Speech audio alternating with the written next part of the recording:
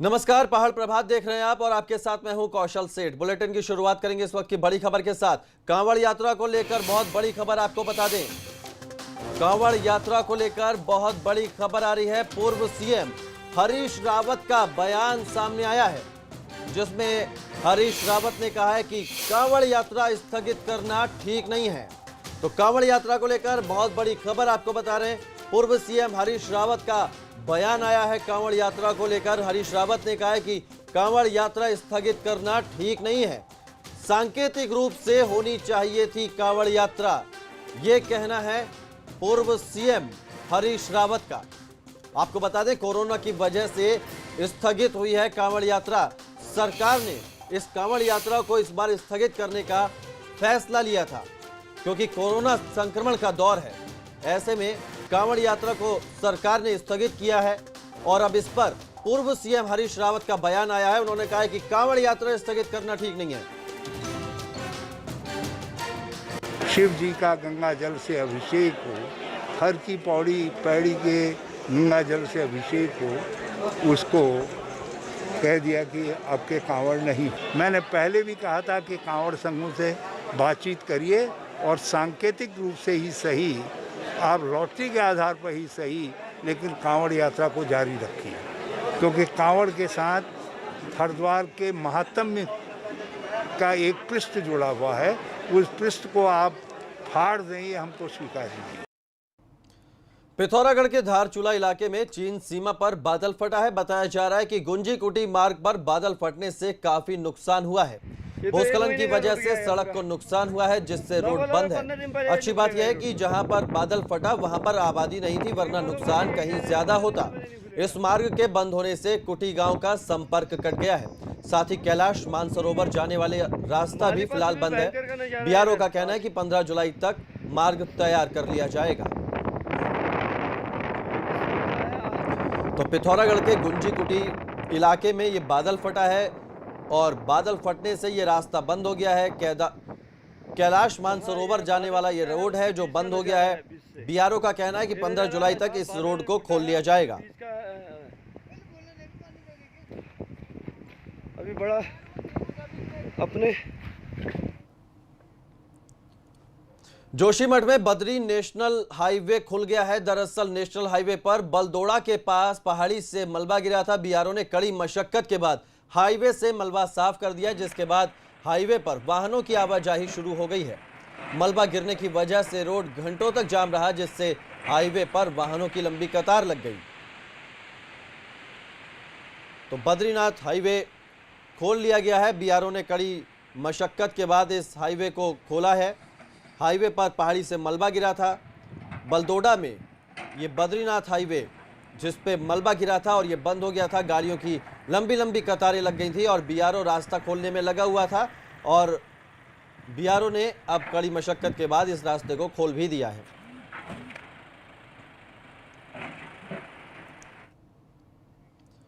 और रुक करते हैं इस वक्त की एक बड़ी खबर का। देहरादून से इस वक्त एक बड़ी खबर आ रही है। चक्खू मोहल्ला में तेज बारिश से मकान गिर पड़ा है। बड़ी खबर देहरादून से आपको बता रहे हैं। चक्खू मोहल्ले में तेज बारिश से मकान गिरा है। मकान में 6 लोगों के दबने की सूचना है। बड़ी खबर देहरादून से। चक्खू मोहल्ले में तेज बारिश के चलते एक मकान गिरा है और इस मकान के मलबे में 6 लोगों के दबने की सूचना है। पुलिस एसडीआरएफ की टीम मौके पर है और मलबे से लोगों को निकालने का काम जारी है। थाना कोतवाली क्षेत्र का ये मामला है, जहां पर तेज बारिश के चलते मकान गिर गया है और मलबे में 6 लोगों के दबने की सूचना है। थाना कोतवाली क्षेत्र की ये घटना है। पुलिस और एसडीआरएफ की टीम मौके पर है। राहत बचाव कार्य जारी है। मलबे में दबे लोगों को निकाला जा रहा है। चक्खू मोहल्ले की ये घटना है। रवि हमारे साथ, हमारे संवाददाता इस खबर पर ज्यादा जानकारी के साथ जुड़ गए। रवि, क्या रेस्क्यू किस तरह से जारी है? क्या लोगों को निकाला जा सका है मलबे से? देखिए, अभी रेस्क्यू जारी है। कुछ लोगों को निकाल दिया है और लगभग जो है 6 लोगों के दबे होने की सूचना है। बहुत तेज बारिश जो है पूरी रात से देहरादून में हो रही थी और सुबह तड़के ये हादसा हुआ है। पूरा मकान ढह गया और जो लोग यहाँ पर गिरे हैं, अभी तक तो ये सूचना है कि 6 लोग कम से कम दबे हो सकते हैं। 3 से 4 लोगों को एसडीआरएफ और पुलिस की टीम ने निकाल दिया है। रेस्क्यू लगातार जारी है और बहुत भारी बारिश हुई थी, जल भराव की जो समस्याएं रहती हैं और जिस तरीके से यहाँ कई कॉलोनियां ऐसी हैं जो कि नदी नालों के करीब जो है बनी हुई है, तो ऐसे में एक बड़ा हादसा है और लगातार जो एसडीआरएफ की टीम यहाँ पर पहुंची हुई है और लगातार रेस्क्यू का काम जारी है। रवि, किसी तरह की जनहानि की खबर तो नहीं है? जी देखिए, काफी जो लोग इस पर दबे हैं वो उन लोगों को बहुत ज्यादा चोटें आई हैं, एम्बुलेंस से उन्हें अस्पताल ले जाया गया है, लेकिन कुछ लोग काफी गंभीर हैं। अभी इस पर कुछ कहा नहीं जा सकता, लेकिन काफी गंभीर चोटें हैं कई लोगों को, जिनको यहाँ से अस्पताल ले जाया जा रहा है और उनका इलाज चल रहा है। जी चलिए रवि, आप नजर बनाए रखिए, बहुत शुक्रिया आपका। तो बड़ी खबर आपको बता रहे हैं, देहरादून में कोतवाली थाना क्षेत्र में एक मकान गिर पड़ा है। तेज बारिश के चलते यह मकान गिरा है और इसके मलबे में करीब 6 लोग दब गए हैं।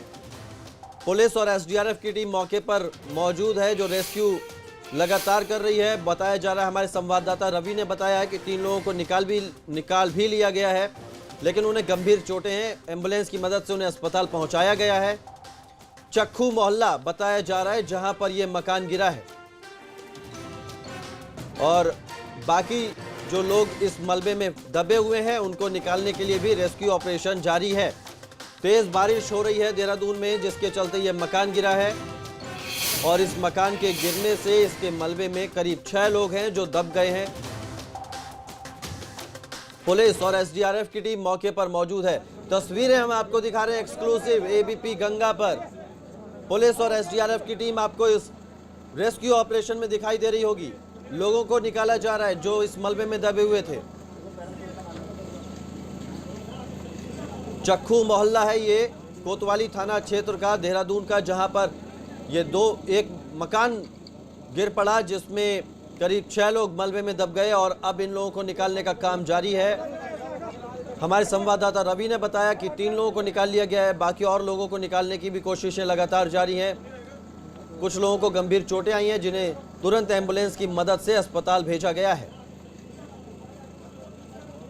एक्सक्लूसिव तस्वीरें हम आपको दिखा रहे हैं लगातार एबीपी गंगा पर।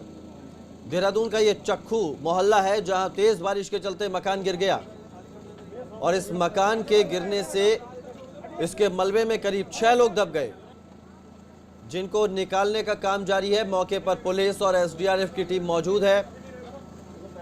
तस्वीरें हम आपको दिखा रहे हैं लगातार।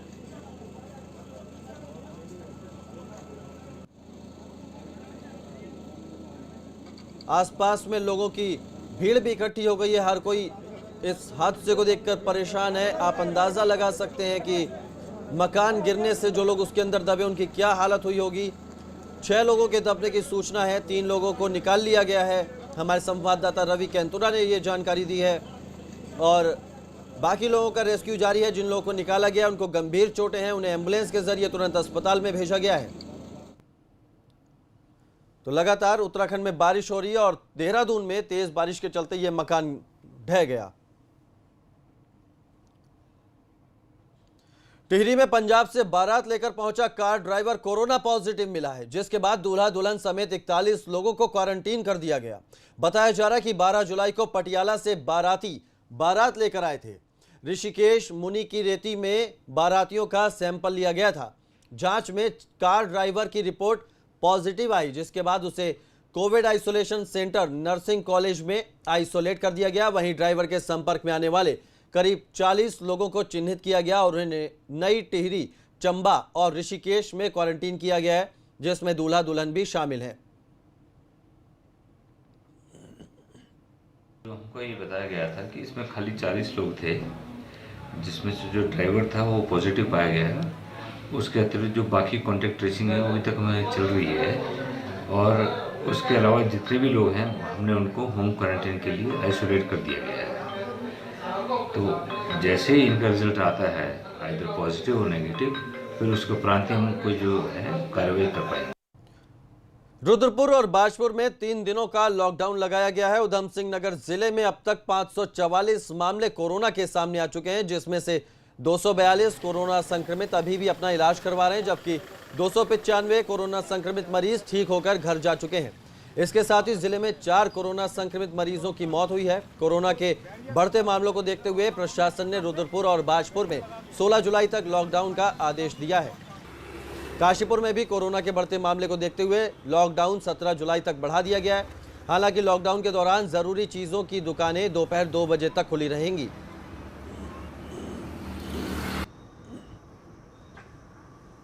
नगर निगम रुद्रपुर एरिया और उसके आसपास के जो गांव हैं उन एरियाज में कोविड पॉजिटिव पेशेंट्स के नंबर्स में एक्सपोनेंशियल ग्रोथ हुआ था।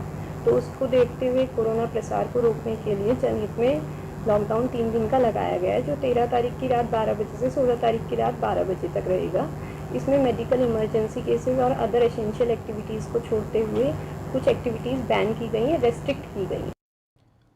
काशीपुर में भी कोरोना के बढ़ते मामले को देखते हुए लॉकडाउन 17 जुलाई तक बढ़ा दिया गया है। हालांकि लॉकडाउन के दौरान जरूरी चीजों की दुकानें दोपहर 2 बजे तक खुली रहेंगी।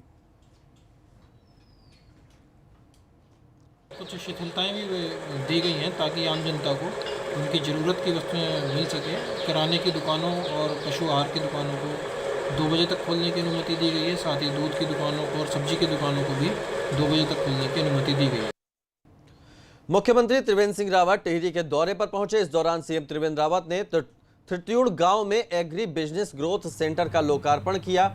सीएम के साथ कैबिनेट मंत्री सतपाल महाराज भी मौजूद रहे। इस सेंटर में नकदी फसलों का संवर्धन होगा। तो टिहरी दौरे पर पहुंचे थे CM Trivendra Singh Rawat. Agri business centre का शुभारंभ किया।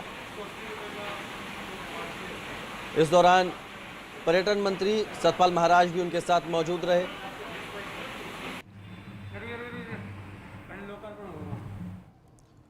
पूर्व मुख्यमंत्री हरीश रावत हरिद्वार के दौरे पर रहे। इस दौरान हरीश रावत ने कनखल स्थित बड़ा उदासीन अखाड़ा के संतों और गंगा सभा के पदाधिकारियों से मुलाकात की। इस दौरान हरीश रावत ने 2016 में हर की पौड़ी में बह रही गंगा को अपने द्वार गंगा एस्केप चैनल घोषित करने के लिए अपनी सरकार की गलती स्वीकार की है। हरीश रावत ने भाजपा सरकार से फैसले को बदलने की मांग की। साथ ही उन्होंने कहा कि अगर ऐसा नहीं हुआ तो कांग्रेस सत्ता में आने पर यह फैसला लेगी। तत्कालिक कारण से हमने पत्र लिखा था, उसको लेकर के जितने लोगों की भी भावनाएं आहत हुई हूँ, मैं उन सब से बहुत क्षमा चाहता हूँ। और मैंने इसीलिए श्री 1008 अखाड़ा परिषद को और गंगा सभा दोनों को संबोधित करते हुए एक पत्र लिख दिया है कि इसको राज्य सरकार जो है तत्काल आदेश जारी करके पुराने आदेश को बदले। अरे फोन किसका है? पुराने निर्णय को बदले। सरकारें निर्णयों को बदलते रहती, कोई ऐसा नहीं है कि एक सरकार का निर्णय दूसरी सरकार के लिए कोई ब्रह्मलेख है। तो वो निर्णय को बदलें और हम उसका समर्थन करें। उत्तरकाशी में नाकुरीगढ़ बरसाली मार्ग पर सड़क की कटिंग के दौरान बड़ी लापरवाही बरती जा रही है। ग्रामीणों का आरोप है कि सड़क की कटिंग से निकलने वाला मलबा नाकुरी गांव के ऊपर की तरफ डाला जा रहा है, जिससे बरसात के समय इस मलबे से गांव में बड़े नुकसान की आशंका है। इस बारे में ग्रामीण कई बार शिकायत कर चुके हैं, लेकिन अधिकारी इस ओर ध्यान नहीं दे रहे हैं। यहाँ पर जो यहाँ के ठेकेदार हैं, इन्होंने पूरा मलबा डाल दिया हमारे खाले में, और एक खाला हमारे गांव से होते हुए जाता है। और हमारे गांव में तकरीबन 150-200 परिवार निवास करते हैं वहाँ पे, और 150-2 परिवार के साथ साथ ही वहाँ पे बहुत सारे हम लोगों के खेत भी हैं। और जिस तरह से यहाँ मलबा डाला हुआ है, बरसात के मौसम में इस खाले का इतना ज़्यादा जलस्तर होता है कि बहुत सारी हानियाँ होती हैं हमारे गाँव में। इस मलबे से और भी ज़्यादा हानि होने की संभावना है हमारे गांव में। ग्रामीणों में एक भय का माहौल बना हुआ है। वहाँ पे किसानों की काश्तकारों की उपजाऊ ज़मीन भी है, और जिससे काश्तकारों की ज़मीन को भी और गांव के ऊपर पे भी घरों को भी, आवासीय भवनों को भी खतरा मंडरा रहा है। मेरा प्रशासन से आग्रह है कि तत्काल उस मलबे को वहाँ से हटा करके, और क्योंकि उस मोटर मार्ग का डामरीकरण का भी काम प्रस्तावित है। खटीमा में एक तेज रफ्तार कार नहर में गिर गई। गनीमत रही कि हादसे के बाद कार के एयरबैग खुल गए, जिस वजह से कार सवार 2 युवकों को हल्की चोट लगी। बताया जा रहा है कि कार की रफ्तार काफी तेज थी, जिस वजह से कार अनियंत्रित होकर नहर के अंदर जा गिरी। तो खटीमा की ये तस्वीरें हैं जहां नहर में गिरी है तेज रफ्तार कार। हालांकि गनीमत यह रही कि एयरबैग के चलते कार सवार युवकों को ज्यादा चोट नहीं लगी और बाद में इस कार को बाहर निकाला गया।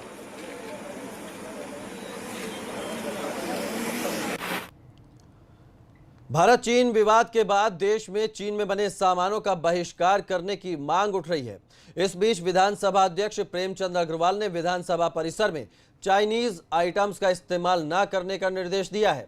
वहीं ऊर्जा विभाग में होने वाले चाइनीज उपकरणों का इस्तेमाल न करने के निर्देश भी दिए गए हैं। निर्देश मेरे द्वारा जारी हो चुके हैं कि विधानसभा के अंदर किसी प्रकार के चाइनीज उत्पाद का इस्तेमाल नहीं होगा। और मैंने आग्रह भी किया व्यक्तिगत तौर पे भी सभी से, यदि वो भी कोई व्यक्तिगत कहीं इस्तेमाल करें तो उससे परहेज करें, क्योंकि जिस प्रकार का माहौल आज हमारे चाइना ने हमारे देश के साथ किया, जो व्यवहार हमारे साथ किया, और अर्थव्यवस्था हमारे से उसकी मजबूत हो गई। कई उपकरणों के छोटे जो पार्ट्स होते हैं, कई इस तरह की छोटी चीज़ें होती हैं जो चीनी हमारी जो हैं बनी हुई चीज़ें हैं, तो उसके लिए एक हम लोगों ने बेसिक एडवाइजरी तो सभी निगमों को कह दिया है कि फ़िलहाल अभी हम लोग किसी भी तरह के जो चीनी उपकरण हैं, लेकिन कुछ ऐसे अनुबंध हैं जो ऑलरेडी हो चुके हैं, हो सकता है उसमें कोई उपकरण हों, तो उसके लिए एमडीज़ अपने स्तर से कार्रवाई कर रहे हैं। हल्द्वानी के रानीबाग और उसके आसपास के क्षेत्र में गुलदार का आतंक है। गुलदार को आदमखोर घोषित कर दिया गया है, इसलिए अब शिकारी उसकी तलाश कर रहे हैं, मगर वन विभाग की पहली कोशिश इस गुलदार को ट्रैंकुलाइज करने की होगी।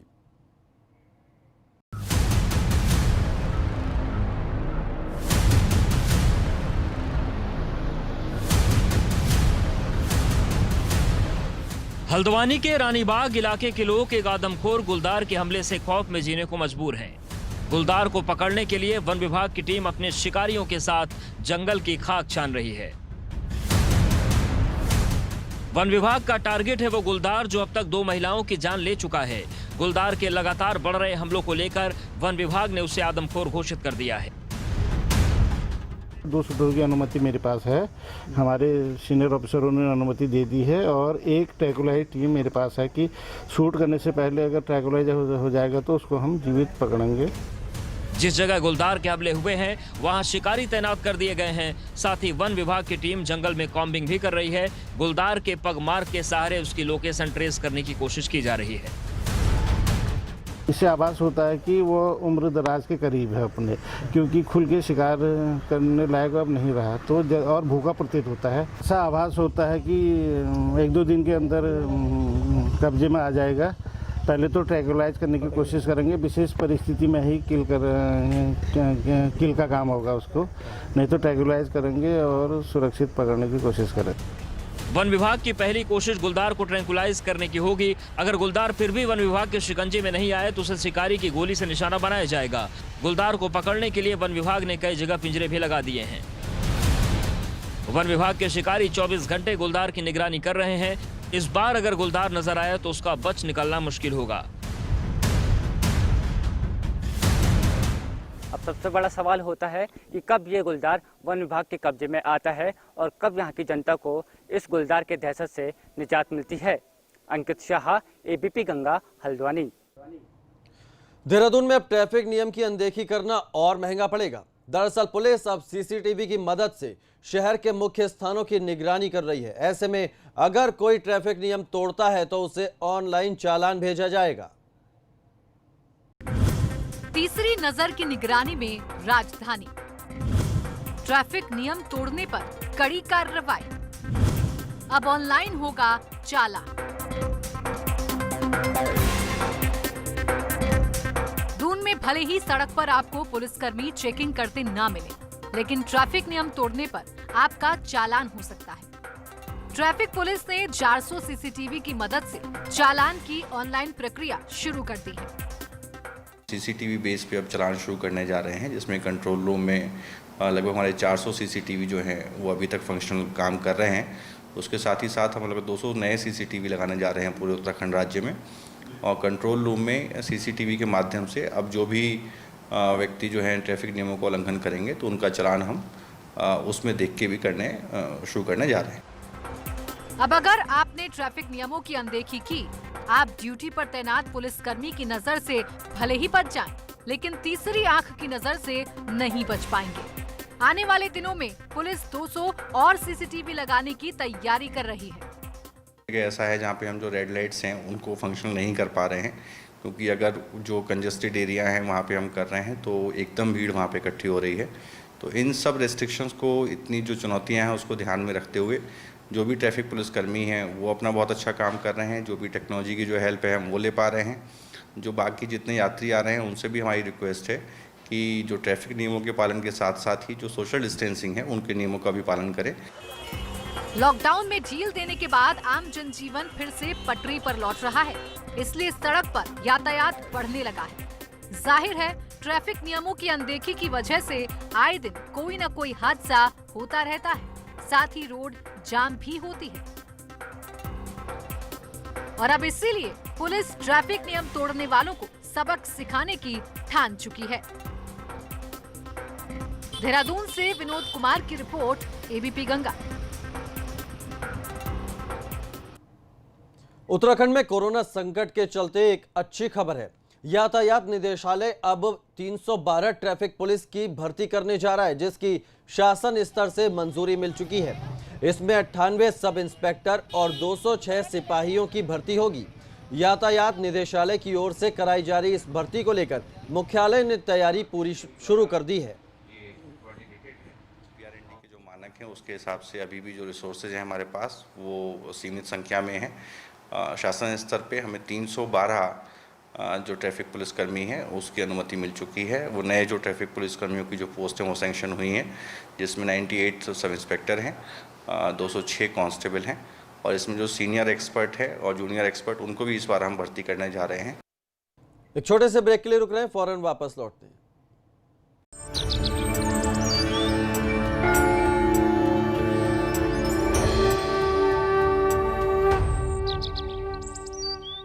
धान की खेती के लिए सिंजेंटा का वरदान वोटाको दानेदार। धान के पौधों को तना छेद कीटों से बचाए, जिससे मिले अधिक किल्ले, सुरक्षा भी शक्ति भी, सिर्फ वोटाको से। जय, हमने जो चेयर ऑर्डर की थी उसका क्या हुआ? डिलीवर्ड। Amazon प्राइम है ना, सारी ऑनलाइन शॉपिंग की फ्री डिलीवरी। मेरे मन को म्यूजिक भी और मूवीज भी। मेंबरशिप 1 बेनिफिट्स अनेक। Amazon prime, ad free music, blockbuster movies, free delivery और बहुत कुछ सिर्फ ₹129 पर मंथ। बार बार सर्दी, खांसी या कमजोरी का कारण हो सकता है कमजोर इम्यूनिटी। लीजिए रिवाइटल एज रोजाना। इसका नेचुरल जिनसिंग एनर्जी बनाए रखे और विटामिन सी और जिंक इम्यूनिटी बढ़ाए। रिवाइटल एज, रहो चार्ज्ड।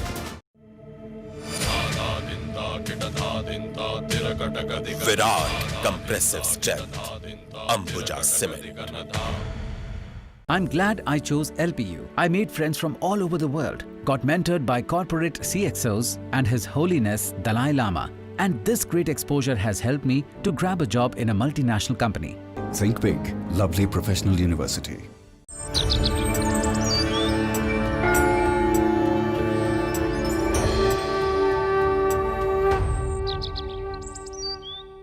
एबीपी गंगा, खबर आपकी, जुबान आपकी। उत्तर प्रदेश और उत्तराखंड का अपना Hindi news channel ABP Ganga अब उपलब्ध है डिश टीवी के चैनल नंबर 712 यानी कि 712 और डीटीएच के चैनल नंबर 888 यानी 888 पर। देखते रहिए एबीपी गंगा, खबर आपकी, जुबान आपकी।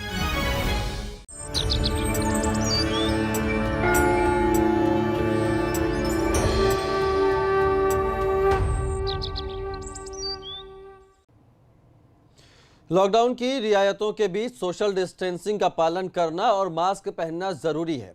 इस बीच मास्क ना पहनने वालों पर पुलिस कार्रवाई भी कर रही है। देहरादून जिले में पुलिस ने सार्वजनिक स्थानों पर मास्क नहीं पहनने पर करीब 11,000 लोगों के खिलाफ चालान की कार्रवाई की है।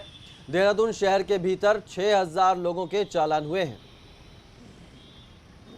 जो है सभी थाना प्रभारियों को इस संबंध में निर्देशित किया गया है कि जो हमारी एमएचए की गाइडलाइन है और उत्तराखंड शासन द्वारा भी जो नियम बताए गए हैं कि बाहर अगर कोई आदमी सार्वजनिक स्थल पर निकलता है तो मास्क ज़रूर लगाए।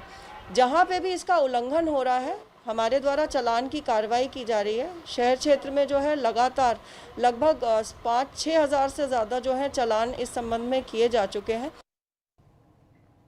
जोशीमठ में दो गुटों के बीच आपसी विवाद इतना बढ़ गया कि हंगामा होने लगा। हंगामे के दौरान कई दुकानों में तोड़फोड़ भी की गई। साथ ही आरोपी के घर में भी अज्ञात लोगों ने तोड़फोड़ की। मामला बढ़ता देख पुलिस भी मौके पर पहुंच गई। एक पक्ष के लोगों की शिकायत पर पुलिस ने दूसरे पक्ष के युवक के खिलाफ मामला दर्ज कर लिया, जिसके बाद युवक की गिरफ्तारी भी हो गई है और उसे कोर्ट में पेश करने के बाद जेल भेज दिया गया है। हालात पर पुलिस नजर बनाए हुए है और लोगों से शांति बनाए रखने की अपील कर रही है।